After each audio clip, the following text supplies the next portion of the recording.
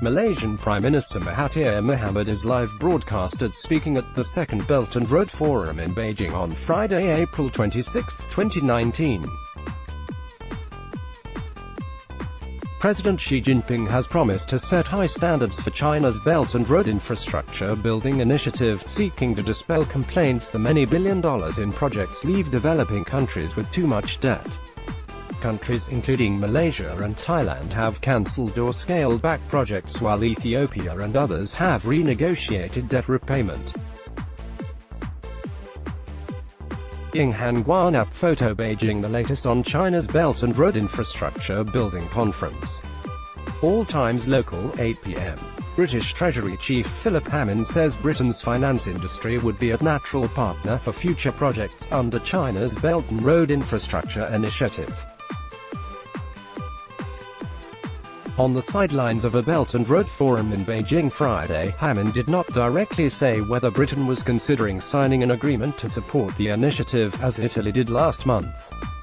He said that if future projects were held to the highest standards, there is a potential important future partnership there. First, Chinese President Xi Jinping promised Friday to set high standards for projects, saying China wanted open, green and clean cooperation with zero tolerance for corruption. Hammond said China has made it clear that in the next phase, most of the financing for projects will have to be raised privately.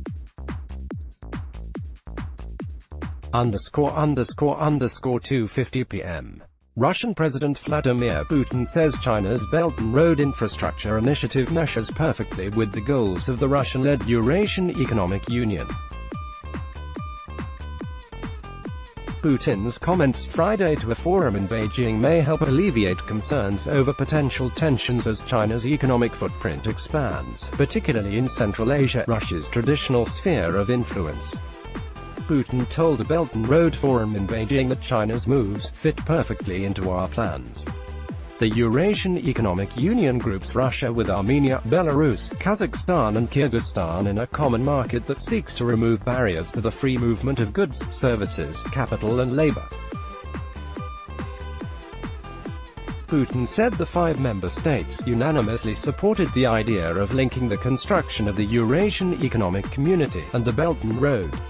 __12:45 p.m. United Nations Secretary-General Antonio Guterres says China's Belt and Road Initiative offers a chance to help reverse the effects of climate change. Speaking Friday at the Beijing Forum, Guterres praised China for investments of more than $125 billion on renewable energy in 2017, saying they played a pivotal role in securing an agreement at last year's UN Climate Conference in Poland. The scale of planned Belt and Road investments offers a meaningful opportunity to contribute to the creation of a more equitable, prosperous world for all, and to reversing the negative impact of climate change, Guterres said.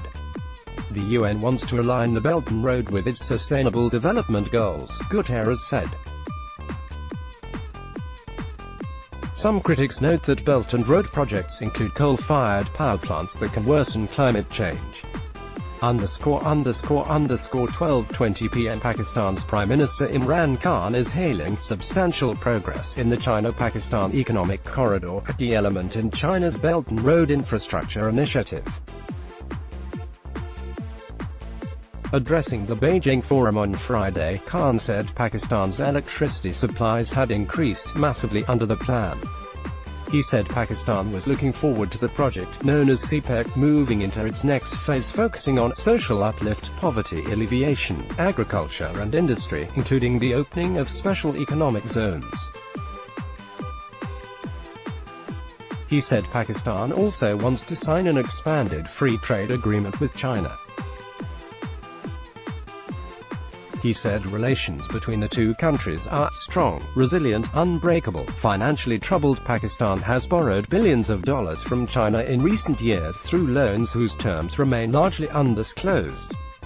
China has pledged more than $60 billion to Pakistan in loans and investments for roads, ports, power plants and industrial parks. 11:45 a.m. Malaysian Prime Minister says he is fully in support of China's Belt and Road Initiative after his government decided to resume a China-backed rail link project once the Chinese contractor agreed to cut the cost by one-third. Addressing the Second Belt and Road Forum in Beijing on Friday, Mahathir sought to erase doubts about Malaysia's desire to take part in the massive infrastructure juggernaut. "I am fully in support of the Belt and Road Initiative," Mahathir said. "I am sure my country, Malaysia, will benefit from the project." Mahathir devoted much of his address to the need to confront environmental and law enforcement challenges created by global trade, particularly the burden on countries. Mahathir's decision to suspend the project after his election last May put a strain on ties with Beijing. __11 AM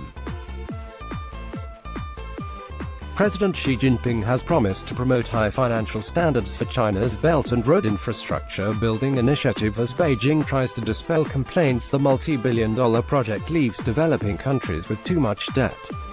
Xi avoided mentioning debt complaints in a speech Friday at the opening of a forum to celebrate his signature foreign initiative.